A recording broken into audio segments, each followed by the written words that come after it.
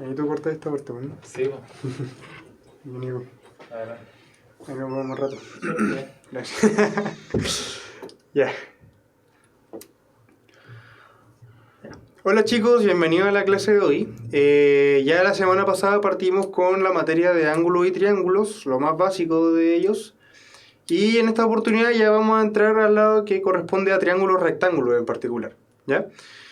¿Y qué vamos a ver hoy día? Vamos a ver los dos teoremas fundamentales de los triángulos rectángulos, que serían el teorema de Euclides y el teorema de Pitágoras. Y vamos a ver sus propiedades o los que se pueden deducir a través de estos dos teoremas. ¿Ya? Acá vamos a anunciar todo lo que necesitan saber para poder resolver estos ejercicios de PSU. Si bien esta materia o estos ejercicios que vamos a ver hoy día no son de mucha dificultad, ¿por qué? Porque los ejercicios que son un poco más difíciles están asociados también con semejanza, que es lo que veremos en la próxima clase. ¿Ya? Así que partamos. Primero vamos a ver lo que es el triángulo rectángulo y qué componen a este triángulo rectángulo. ¿Ya? Entonces, como su nombre lo dice, necesariamente tenemos que tener sí o sí uno y solo un ángulo de 90, ¿ya? Es más, siempre que ustedes tengan un ángulo de 90 en un triángulo, automáticamente los otros dos pasan a ser ángulos agudos, ¿ya? Esto recuerden que es porque la suma de los tres ángulos de un triángulo tiene que ser 180. Entonces, si ya hay uno que mide 90, a los otros dos no les queda nada más que entre ellos sumen 90, ¿cierto? Por lo tanto, y como no puedo tener un ángulo que sea 0, ahí me va a decir al tiro que como dos ángulos tienen que sumar 90, automáticamente entre ellos dos tienen que ser menor a 90, para así alcanzar ese valor. ¿Ya?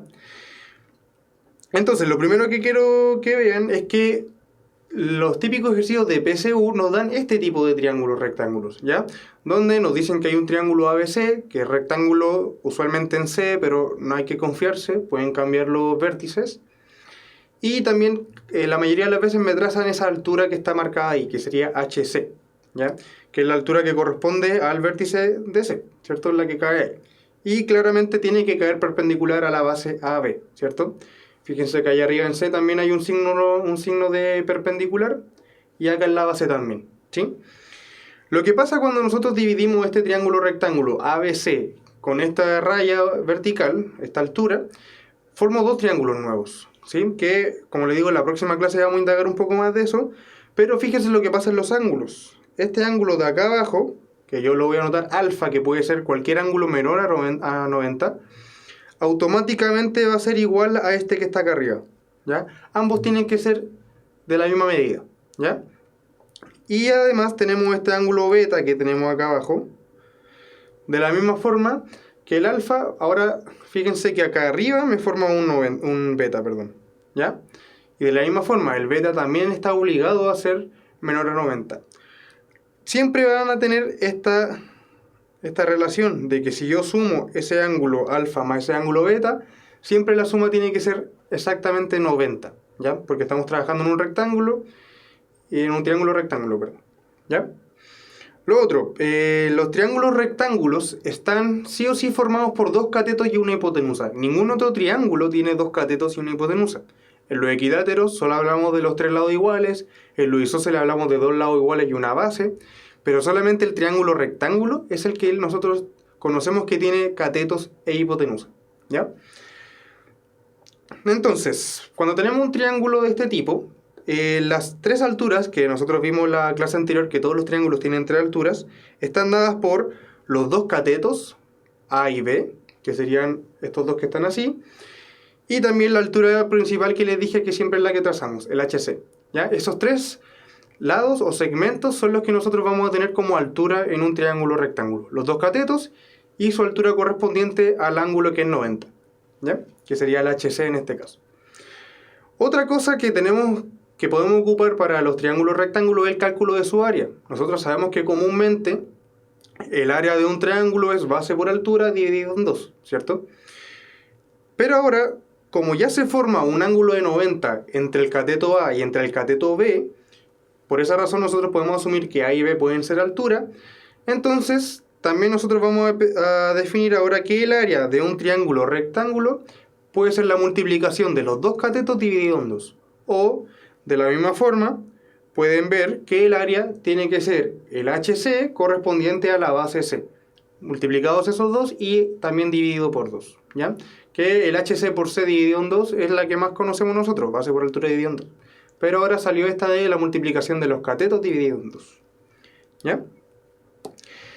Ya. Lo otro que tenemos acá es que cuando nosotros trazamos esa altura HC, fíjense que el segmento AB, o el segmento C minúscula, se divide en dos, no necesariamente iguales, ¿sí? Tenemos un segmento M y un segmento N, ¿ya? El segmento M, que es el que vamos a hablar ahora, que voy a encerrar acá, se le conoce como la proyección del cateto B sobre la hipotenusa. ¿A qué me refiero con la proyección? Imagínense que ustedes acá tienen una ampolleta, ¿ya? Esa ampolleta que tenemos acá arriba va a iluminar esta cosa. ¿Y qué va a pasar con este cateto B? Este que tenemos acá, que estoy rayando acá. Si yo le pongo una ampolleta encima, ese cateto va a proyectar como una sombra, ¿o no? Esa sombra es el M que está acá abajo, ¿ya? Entonces, el M de ahí es la proyección del cateto B sobre su hipotenusa, ¿ya? Que se le conoce, si ustedes quieren verlo de una forma, como la sombra. Y lo mismo le va a pasar al cateto A. Si yo tengo este cateto A, que es el que estoy marcando ahora con azul, y yo le tengo esa ampolleta encima, esa ampolleta va a reflejar como una, o sea, va a proyectar como una sombra debajo, y esa sombra que va a proyectar acá abajo va a ser ese segmento pequeño que se le conoce como N, que es el que sale acá abajo. En este caso sería N la proyección del cateto A sobre la hipotenusa, ¿ya? Repito. No necesariamente M y N van a ser iguales. En el único caso en que M y N sean iguales es cuando yo tengo un triángulo rectángulo que a la vez es isósceles, ¿ya? Entonces, para que M sea igual a N, necesito que A sea igual a B, ¿ya? De la única forma que M y N van a ser iguales es cuando A y B son iguales. Entonces, en este caso sería un triángulo rectángulo isósceles, ¿ya? Genial. Entonces ahora, y lo último, que es una cosa que se le conoce como desigualdad triangular. Ya en un triángulo rectángulo, la hipotenusa siempre va a ser más grande que ambos catetos por separado. Por eso escribí que C es mayor a A y a su vez C es mayor a B. Por separado, la hipotenusa siempre va a ser la más grande, ¿ya? Pero si ustedes suman los dos catetos, A más B, la suma de esos dos catetos sí o sí tiene que ser más grande que C, ¿ya?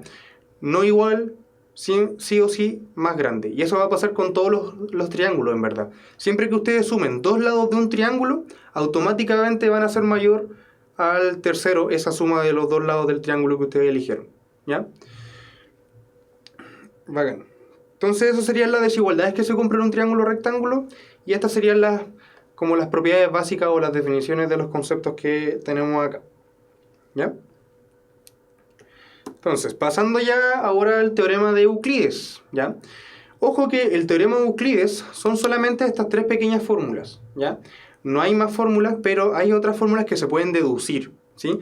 Pero los tres principales enunciados del teorema de Euclides son estos tres y nada más que estos tres, ¿ya? Y lo otro que les voy a recomendar es que no se aprendan estas fórmulas con las letras, ¿sí? Así como que este tiene que ser el A, este tiene que ser el B, este el M y este el N. No se la aprendan así.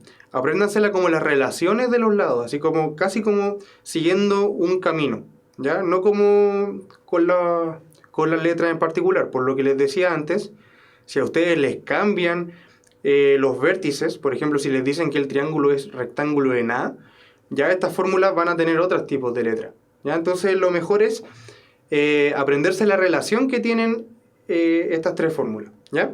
La primera relación, que es la que está acá, de A cuadrado es igual a N por C, ¿ya?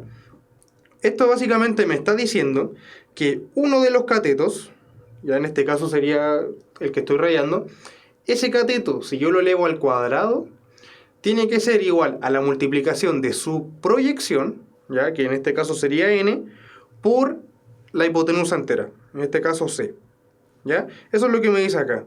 Pero fíjense que el cateto A tiene que ir relacionado con su proyección, ¿ya? La hipotenusa C siempre tiene que ir, ¿ya? Pero es cateto al cuadrado igual a su proyección por la hipotenusa. Quédense con esas últimas palabras, ¿ya? De la misma forma para el otro cateto, ¿ya? Es exactamente la misma relación, pero hacia el otro lado. En este caso porque estoy viendo el cateto izquierdo, ¿sí? Si yo, en esta fórmula, tomo el cateto B y lo elevo al cuadrado, ese B al cuadrado tiene que ser igual a su proyección, en este caso M, por toda la hipotenusa, ¿ya? Entonces fíjense que ambas dos, la primera y la segunda fórmula, lo pueden ver con palabras. Cateto al cuadrado es igual a su proyección por la hipotenusa, ¿ya? Y finalmente, ya esta puede ser un poco más general, es esta última, que me dice que si yo trazo la altura correspondiente justo en el vértice donde era 90, ya en este caso, tiene que ser esa altura, ya la que me separa en dos triángulos, ¿sí? Esa altura al cuadrado es igual a las dos proyecciones de los catetos que genera, ¿sí? En este caso M y la proyección N, ¿ya? Entonces, HC al cuadrado igual a M por N, ¿ya? Estas son las tres fórmulas principales de Euclides, ¿sí? Son estas tres y no hay más, pero con estas tres que nosotros acabamos de establecer, más lo que vimos en la diapositiva anterior, nosotros podemos deducir estas dos fórmulas nuevas, ¿ya? Por eso yo ahí le puse derivados del teorema de Euclides, porque no corresponden al teorema oficial, ¿sí? Pero tenemos exactamente el mismo triángulo. Ojo, no confundirse con ese 90 que sale ahí, se refiere al ángulo que está acá, ya todo el ángulo que está en C, ¿sí? Ahora, me dice que cuando yo tengo un triángulo rectángulo y le trazo nuevamente esa altura HC que corresponde al vértice donde es 90, se me generan estas dos relaciones nuevas, ¿ya? Que al final me dice que la altura correspondiente, esta que está acá, la pequeña, va a ser igual a la multiplicación de ambos catetos dividido en la hipotenusa, ¿sí? Esta fórmula se ocupa bastante, ¿ya? Más adelante también la vamos a ocupar en un ejercicio. Y me parece que también lo preguntaron en las preguntas que hicieron por Instagram, ¿sí? Que algunos ya, yo creo que ya respondieron. Pero eso, la altura sería la multiplicación de ambos catetos dividido en la hipotenusa, ¿sí?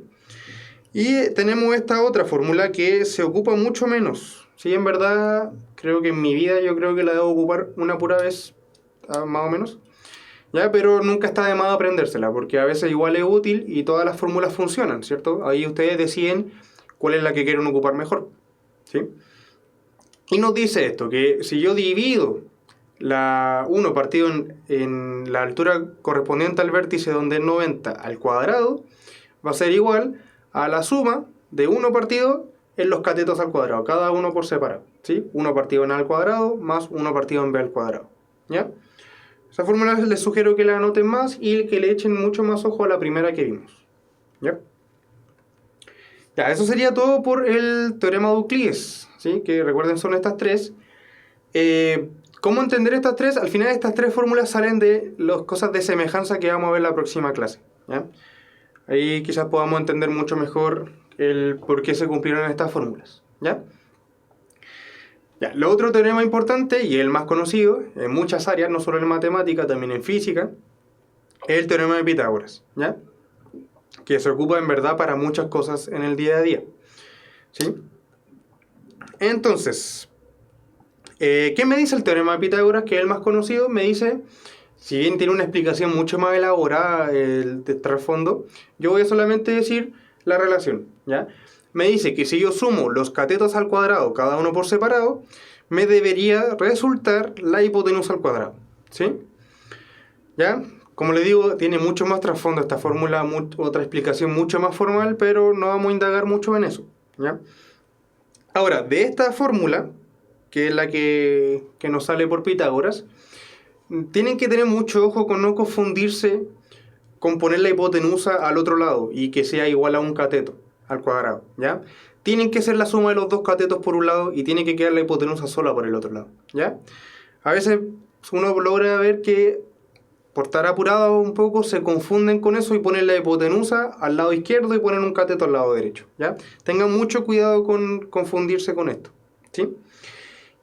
La otra cosa es que si ustedes tienen un triángulo, ya cualquiera, supongamos que tenemos un triángulo cualquiera, no rectángulo o no necesariamente rectángulo, y me dicen que tengo tres lados, A, B y C, y me aseguran que la suma de dos lados al cuadrado me resulta el tercero al cuadrado, automáticamente el triángulo pasa a ser rectángulo en el vértice opuesto a este lado. ¿Ya? Me explico de otra forma. Si nosotros tenemos, por ejemplo, un triángulo que tiene pinta de ser equilátero, ya supongamos, y me dice que este triángulo tiene el lado M, N y L, ¿ya? Y me dicen que en este triángulo, si yo a m cuadrado le sumo, por ejemplo, L al cuadrado y me resulta N al cuadrado, automáticamente el triángulo tiene que ser rectángulo. Pero ¿dónde va a ser rectángulo? En el vértice opuesto al lado que está solito, al N. Es decir, es acá en este ángulo donde es recto. ¿Sí? Entonces Pitágoras funciona para ambos lados. Si se cumple la igualdad, automáticamente es rectángulo. Y si el triángulo es rectángulo, automáticamente se cumple esta igualdad que tenemos acá arriba. Y de esta igualdad podemos despejar nosotros A, B o C como nosotros queramos. Y vamos a tener esta fórmula para A, la siguiente para B y la tercera para C. Va a ser mucho más rápido, pero uno suele ocupar la fórmula y despejar ahí de la fórmula en general. Pero acá están los valores de cada lado por separado, ocupando la fórmula de Pitágoras y despejando cada uno de esos lados. ¿Sí? Ya. Y lo otro es que estos valores que se conocen ahí, el A, B y C, que cumplen la igualdad del teorema de Pitágoras, se le conoce como trío pitagórico, que es lo que está saliendo allá abajo, ¿cierto? ¿Ya? Ese trío A, B y C es el trío pitagórico. ¿Sí? Y tríos pitagóricos hay infinitos. Ya jamás van a dejar de encontrar tríos pitagóricos. ¿Por qué? Porque no funciona solamente en los enteros. Este teorema funciona para cualquier valor de los lados que sean positivos. ¿Ya? Acá en la tabla que tenemos acá abajo puse algunos tríos pitagóricos. ¿Cuáles son los más conocidos? Los más conocidos serían los tres primeros. ¿Ya? Estos tres. Les sugiero que en verdad se aprendan esos tres de memoria, cosa de que estos dos primeros son los catetos y este tercero es la hipotenusa. ¿Sí? Recuerden, siempre el mayor tiene que ser la hipotenusa. ¿Sí? Entonces, estos son los tres tríos pitagóricos más comunes y los que les digo que ojalá se aprendan de memoria, cosa de que si ven que un triángulo tiene lados 3 y 5, por ejemplo, automáticamente el otro cateto debería haber sido 4, que es lo que me dice el primer trío pitagórico. ¿Cierto? De esta forma, por ejemplo, si yo me paro en esta última y me dicen que su hipotenusa vale 29 y que un cateto vale 21, automáticamente el otro tiene que ser el que me falta, que sería el 20. ¿Sí? Tiene que ir en ese orden. Los dos primeros son los catetos y el tercero siempre tiene que ser la hipotenusa. ¿Ya? Genial. Ahora hay una propiedad con esto de los tríos pitagóricos, que es la que acabo de escribir acá.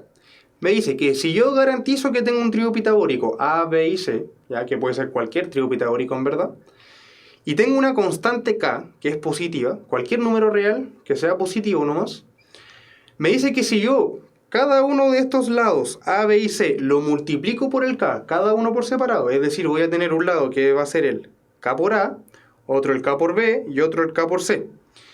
Esos tres lados nuevos que me resultaron también van a ser un trío pitagórico. ¿Ya? Es decir, si me dicen que A, B y C es un trío pitagórico, yo puedo garantizar que se cumple esta igualdad, ¿cierto? Que A al cuadrado más B al cuadrado es igual a C al cuadrado. Y ahora me está diciendo que si multiplico cada uno de esos lados por separado por una constante K, esos lados también van a estar en un trío pitagórico. Es decir, se va a cumplir esta otra relación, que K por A, que va a ser un lado nuevo, otro cateto nuevo al cuadrado, más K por B, que es el otro cateto nuevo, al cuadrado, es igual a K por C al cuadrado, que K por C debería ser la hipotenusa nueva que vamos a obtener. ¿Ya? ¿A qué me refiero con esto? Por ejemplo, si tomamos un trío pitagórico cualquiera, supongamos este, ¿ya? 7, 24 y 25, ¿ya? Y ustedes eligen una constante K cualquiera, por ejemplo, K igual a 1/3, ¿ya? Entonces, si yo cada uno de esos lados lo multiplico por 1/3, también va a ser un trío pitagórico. Es decir, 7 tercios con 24 tercios y 25 tercios también es un trío pitagórico. ¿Ya? Y así podemos estar todo el día multiplicando por cualquier K positiva que ustedes quieran. Pueden duplicar estos valores, pueden achicar los valores, pueden multiplicarlos por raíces, como ustedes quieran, pero si tienen un trío pitagórico fijo y lo multiplican por cualquier constante positiva, cada uno de esos lados nuevos también va a ser un trío pitagórico, ¿ya? De otra forma, si tomamos el 3, el 4 y el 5, y me dicen, por ejemplo, tenemos ese trío pitagórico 3, 4 y 5, y me dicen que hay otro triángulo que mide 15 y 12. Automáticamente este lado debería ser 9. ¿Por qué 9? Porque fíjense que del 5 para llegar al 15 lo multipliqué por 3. Del 4 para llegar al 12 también lo multipliqué por 3. Por lo tanto, este 3 para llegar a este lado también lo voy a tener que multiplicar por 3. Entonces automáticamente debería ser 9. ¿Ya?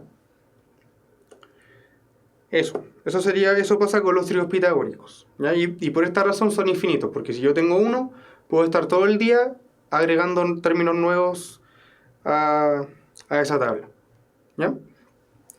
Y estas son las propiedades principales de los teoremas de Pitágoras, ¿ya? Que básicamente son dos triángulos notables, ¿ya? El primero, vamos a hablar del primero, el que está a la derecha. El que está a la derecha, si se fijan, es un triángulo rectángulo isósceles, ¿ya? Acá me faltó acá abajo ponerle la marca de 90, ¿ya? Pero fíjense que si el triángulo rectángulo a ustedes les dicen que es isósceles, automáticamente los dos ángulos de acá deberían ser 45. No hay otra opción, ¿ya? Y como es isósceles, también debo tener los dos catetos iguales, ¿cierto? Por eso el cateto de acá es el cateto A y el de acá abajo también vale A, ¿ya? Si yo tengo que es un triángulo rectángulo isósceles de lado A y A, automáticamente su hipotenusa va a ser A por raíz de 2. ¿Ya? Esto lo pueden deducir ustedes también por el teorema de Pitágoras, pero les pongo esta fórmula para que a veces lo pueden ocupar más rápido y en vez de calcular cuánto debería ser la hipotenusa, solamente toman el lado que tenían y lo multiplican por raíz de 2. ¿Ya? Por ejemplo, si ustedes dicen tienen un triángulo donde este vale 4 y esto vale 4, como ambos valen 4, podemos deducir que es isósceles, por lo tanto automáticamente la hipotenusa debería ser 4 raíz de 2. ¿Ya? Y el siguiente, el que está acá, que fíjense que es un triángulo escaleno en verdad. Es rectángulo, sí, pero tiene los tres lados distintos. Pero tiene una característica en los ángulos. Fíjense que valen 30, 60 y 90. ¿Ya? Son ángulos que son notables, ¿sí? Cada vez que ustedes tengan un triángulo con estos tres ángulos, siempre definan el de 30, el lado opuesto al de 30, como el lado A, ¿ya? Si el opuesto al de 30 es A, automáticamente el opuesto al 60 va a ser A raíz de 3 y automáticamente el opuesto al 90 va a ser 2A. Si se fijan, incluso si ustedes están así como en la duda de ¿cuál era el opuesto al de 30? ¿Era el A, el 2A o el A raíz de 3? Van en seguidilla así como subiendo. A medida que suben el ángulo, va subiendo el lado. Fíjense que el de 30 tiene opuesto al A, que es el más chico. El de 60 tiene como opuesto al A raíz de 3. Recuerden que raíz de 3 es 1,7. Así que A raíz de 3 es mayor a A, ¿sí? De por sí. Y el de 90 está opuesto al 2A, que claramente el 2A es mayor a los tres primeros, ¿sí? Entonces, a medida que crece el ángulo, va a ir creciendo también el lado opuesto, ¿sí? Y esa sería la relación. Entonces, haciendo otro ejercicio, por ejemplo, si les dicen que tienen un triángulo con donde este vale 30 y les dice que esto vale raíz de 3, por ejemplo, ¿sí? Entonces, en este caso, yo estaría diciendo que A vale raíz de 3, que es el opuesto al 30. Entonces, el opuesto al 60, que sería el que está acá abajo, debería ser A raíz de 3 por raíz de 3 también, ¿sí? Y raíz de 3 por raíz de 3 sabemos que es 3, ¿ya?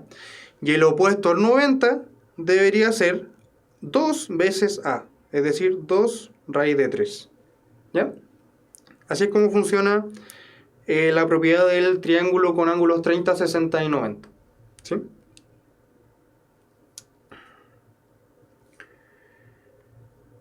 Ya. Espero que haya ido bien los tiempos.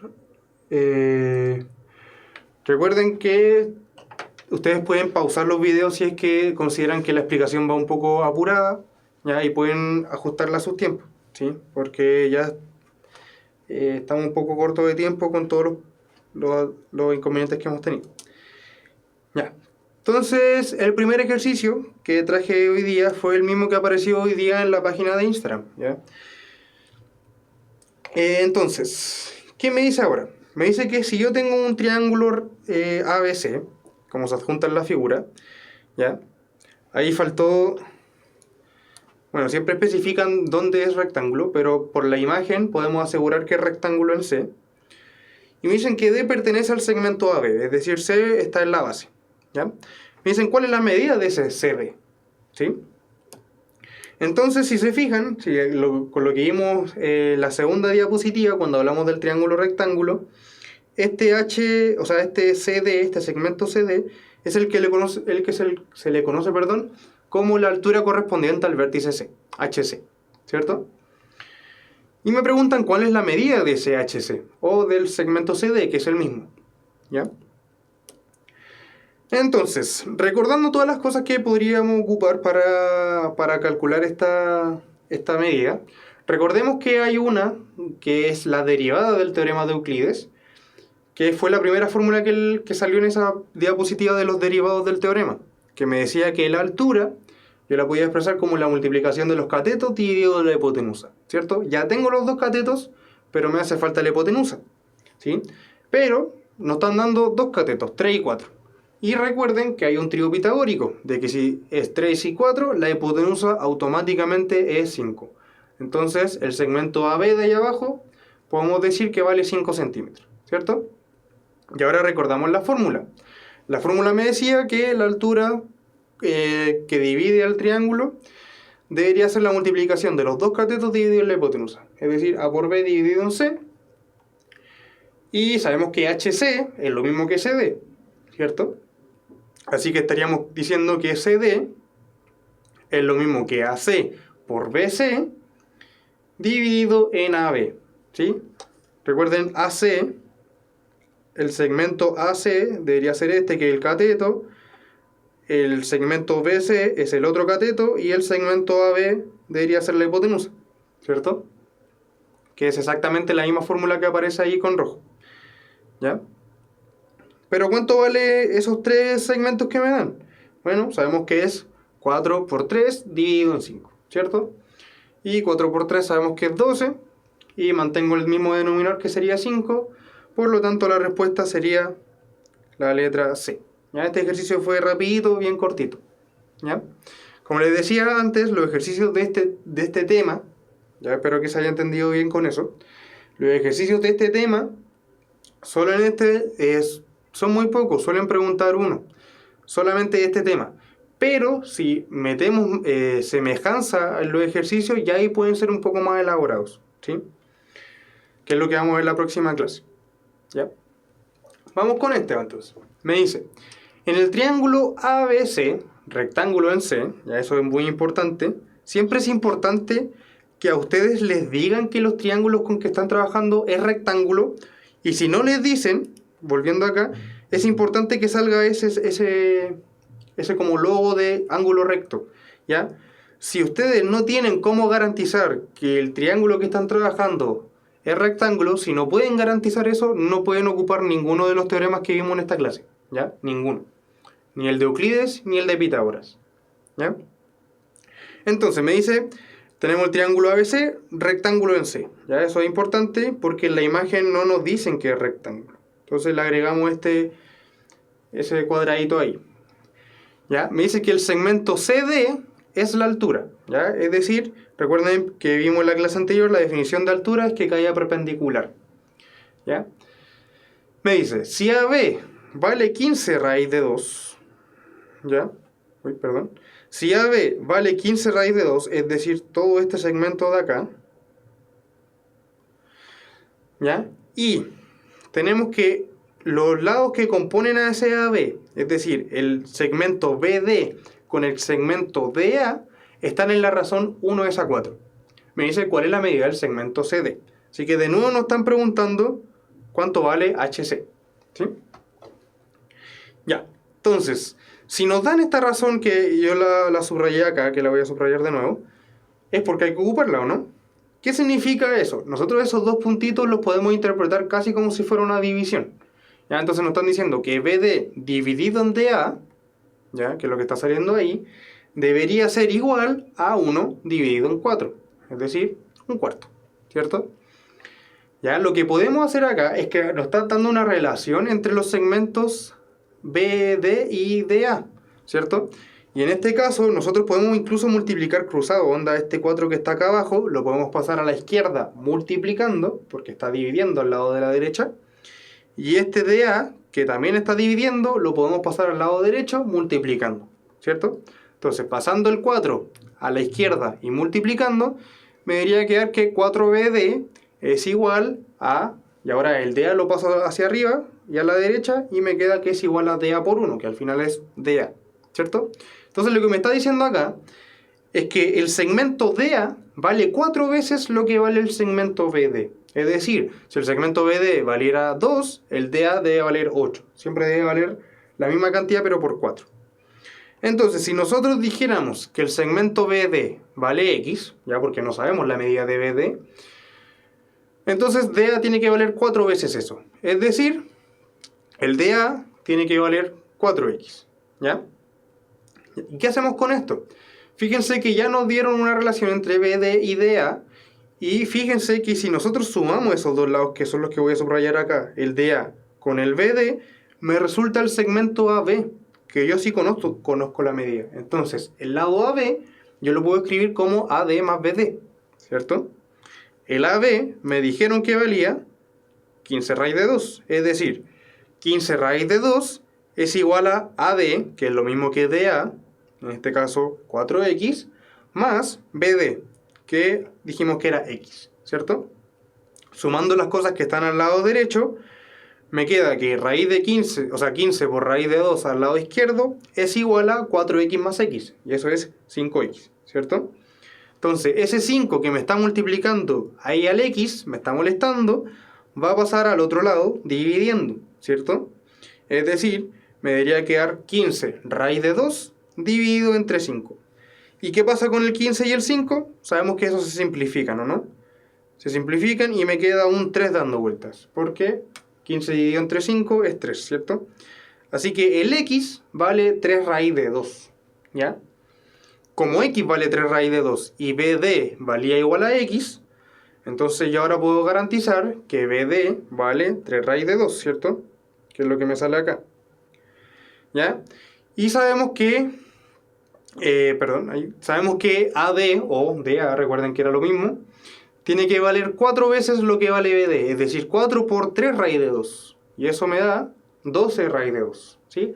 Así que ya tenemos las medidas de ambas proyecciones, de la proyección BD y de la proyección AD, ¿ya? ¿Qué podíamos hacer con esto? Tenemos las proyecciones y nos están preguntando por la altura. Entonces nosotros sabemos que existe una fórmula que me decía que la altura al cuadrado era igual a la multiplicación de ambas proyecciones, ¿cierto?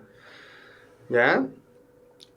Entonces, yo sé que HC, en este caso, recuerden que estamos diciendo que HC es igual a CD, ¿ya? Entonces, me está diciendo que HC al cuadrado, es decir, CD al cuadrado, tiene que ser igual a la multiplicación de ambas proyecciones, de las que voy a rayar en azul ahora, de BD por AD, ¿cierto? Eso es lo que nos decía la fórmula, ¿ya? Entonces nos está diciendo que CD al cuadrado es igual a BD, que vale 3 raíz de 2, por AD, que vale 12 raíz de 2, ¿sí? ¿Cómo hacemos para multiplicar estos números? Vamos a multiplicar los que son racionales con los que son racionales, es decir, el 3 con el 12, ¿ya? Es decir, me dice que CD al cuadrado es igual a 3 por 12, que sabemos que es 36, y ahora vamos a multiplicar los dos raíces de 2 que tenemos acá. Y raíz de 2 por raíz de 2, ¿ya? Recuerden que esto me genera un raíz de 2 al cuadrado. Y raíz de 2 al cuadrado tiene que ser 2. Así que me da 36 por 2. Y eso sabemos nosotros que 36 por 2 es 72. Y ahora le vamos a sacar raíz a ambos lados, ¿sí? ¿Por qué le sacamos raíces? Porque queremos conocer el segmento CD normal, no CD al cuadrado, ¿ya? Entonces aplicamos raíces a ambos lados. Al lado izquierdo se me cancela el exponente 2 y al lado derecho me queda raíz de 72, ¿sí? Y bueno, sabemos que raíz de 72 lo podemos escribir como 36 por 2, ¿ya? Y el 36 lo vamos a escribir como 6 al cuadrado por 2, ¿sí? ¿Y qué pasaba con esto? Si tenemos esta raíz que está acá abajo, nosotros la podemos descomponer en dos raíces, ¿o no? En la raíz de 6 al cuadrado por la raíz de 2.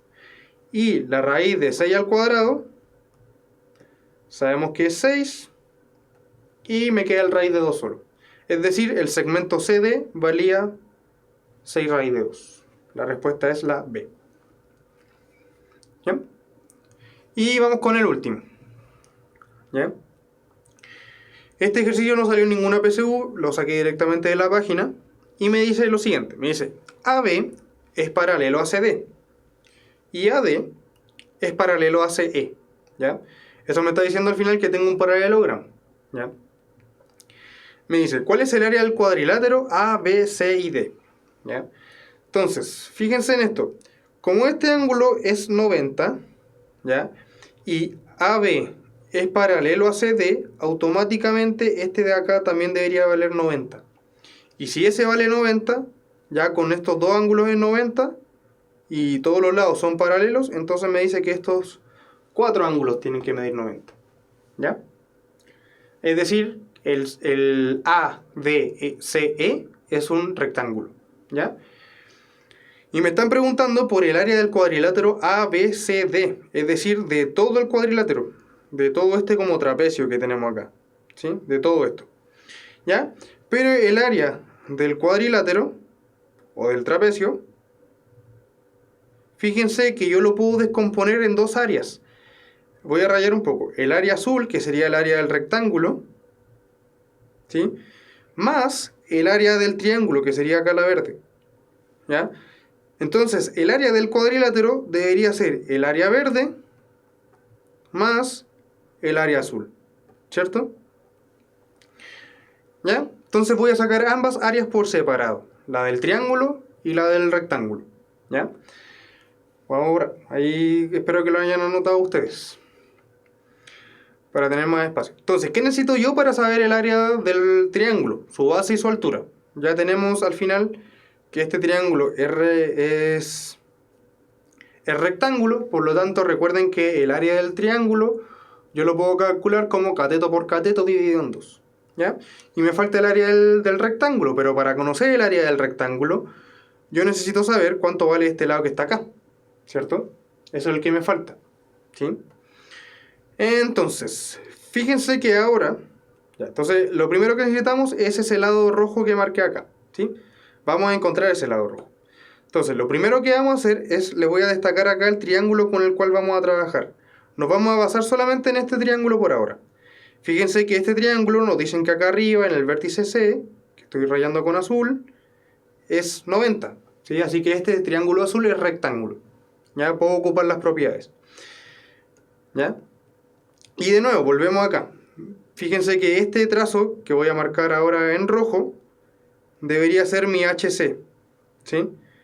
Y estos dos lados que están acá abajo, según la figura que habíamos tenido en las primeras diapositivas, deberían ser M y N, que serían las proyecciones de los catetos, ¿sí? Y salió esta fórmula que está apareciendo acá. Me dice que HC al cuadrado es igual a M por N, ¿cierto? Pero ¿cuánto vale HC?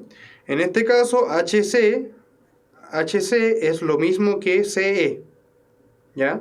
En este caso, M debería ser lo mismo que BE y N debería ser lo mismo que EA, ¿cierto?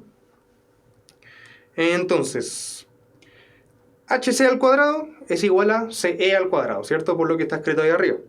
Y CE al cuadrado es igual a M, que es BE, por N, que es igual a EA, ¿cierto? Entonces tenemos esa relación de los tres segmentos, ¿sí?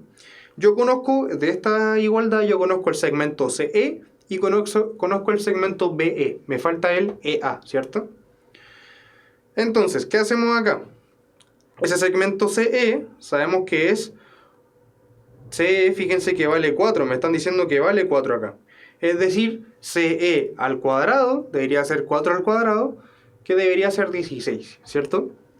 16 es igual a la multiplicación de BE, que allá abajo me están diciendo que vale 2, por el EA, que aún no conozco, ¿cierto? Así que lo dejo expresado nomás, ¿ya? Pero ahora, si yo quiero saber cuánto vale ese segmento EA, lo que tengo que hacer con este 2 es pasarlo dividiendo al otro lado, ¿sí? Entonces me queda que EA es igual a 16 dividido entre 2, ¿sí? Como les decía, ese 2 que está multiplicando acá al EA pasa dividiendo al otro lado del 16. Y sabemos que 16 dividido en 2 es igual a 8. Es decir, voy a borrar acá. Lo que me están diciendo ahora es que el segmento que acabo de obtener vale 8, ese EA. ¿Ya? Y con eso ya tenemos todo. Entonces recuerden que el área del triángulo, ¿ya? El área del triángulo debería ser BE, que es un cateto, por EC, que sería el otro cateto, dividido entre 2, ¿cierto? Bueno, y BE vale, como ya hemos dicho, 2. Fíjense que BE vale 2 y CE vale 4. Por lo tanto, esta multiplicación que tenemos acá arriba debería resultarme igual a 8, ¿cierto? 4 por 2. Y sigo manteniendo el dividido del 2 que está acá abajo. Y sabemos que eso es 4. Es decir, el área del triángulo es 4. ¿Ya? Vamos con la otra. Ya recuerden que es cateto por cateto dividido en 2 si es que el triángulo es rectángulo. ¿Ya? Y ahora vamos con el área del rectángulo, que nosotros sabemos que el área de un rectángulo es su base por su altura, ¿cierto? Entonces, si nosotros trabajamos con el rectángulo que voy a marcar en rojo ahora, si trabajamos con este rectángulo, entonces el área de ese rectángulo debería ser la base, EA, por la altura, S, ¿ya? Claramente también pueden considerar EA por DA, ¿cierto? Que también es altura el segmento DA, ¿sí? Y también vale 4 en este caso, por ser un rectángulo. Incluso el DA vale 4 y el CD también vale 8. Recuerden que un rectángulo tiene sus lados opuestos iguales, ¿ya? Y lo mismo para todo paralelogramo, ¿sí? Entonces, ¿cuánto debería ser EA por EC? Bueno, EA me dijeron que es 8 y EC sabemos que es 4. Por lo tanto, 8 por 4 sabemos que es 32, ¿cierto? Listo, con eso tenemos el área del triángulo y el área del rectángulo. Y habíamos dicho que el área del trapecio o del cuadrilátero, ya voy a borrar acá lo que estamos haciendo, el área del trapecio, que es el que voy a marcar en verde ahora, esa área habíamos dicho que era el área del triángulo, que es la que voy a marcar ahora, más el área del rectángulo, ¿cierto? Que sería esto. Ambas áreas, si yo las sumo, me deberían dar el área total. Por lo tanto, lo que voy a sumar es 4, que es el área del triángulo, más 32, que es el área del rectángulo, y eso me resulta 36. Y esa es la respuesta final, ¿ya? Eso. Entonces, ya con esto terminamos todos los ejercicios de esta clase. Como les había dicho, son bastante sencillos, algunos muy rápidos de hacer. Y la mayor dificultad va a estar cuando veamos ya semejanza. ¿Ya? Ahí espero que tengan bien claro todos los teoremas que vimos hoy día, todas las propiedades que vimos hoy día. Porque claro, la idea es que en la próxima clase solamente veamos semejanza y congruencia y tengamos esto ya metido bien en la cabeza, cosa de no volver a repasarlas y tenerlas fresquitas. ¿Ya? Entonces anoten todas estas cosas que vimos hoy día, ténganlas a mano para la próxima clase, se los recomiendo. Y eso, recuerden que para más ejercicios pueden visitar la página de www.puntajenacional.cl y también pueden buscar las cápsulas que tenemos ahí, que duran 7 minutos aproximadamente, que a veces tienen un poco más de ejercicios, ¿ya? Estas cosas comúnmente también se combinan mucho con el teorema de Tales, ¿ya? Y con semejanza, y estos tres temas que vamos a ver, la clase anterior, la de hoy día y la de la semana que viene, se combinan mucho, incluso en un puro ejercicio se pueden combinar los tres temas, ¿ya? Así que practiquen harto estos temas, hagan muchos ejercicios y recuerden no aprenderse las fórmulas por letras, sino que las relaciones que cumplen las fórmulas, ya para en caso de que les cambien las letras de los vértices, no les cambien tanto las fórmulas que tienen aprendidas en la memoria, ¿ya? Sino que recuerden casi como por palabras qué es lo que correspondía a cada fórmula, ¿ya? Eso, nos vemos la próxima semana y que tengan una muy buena semana. Con el éxito en el estudio también.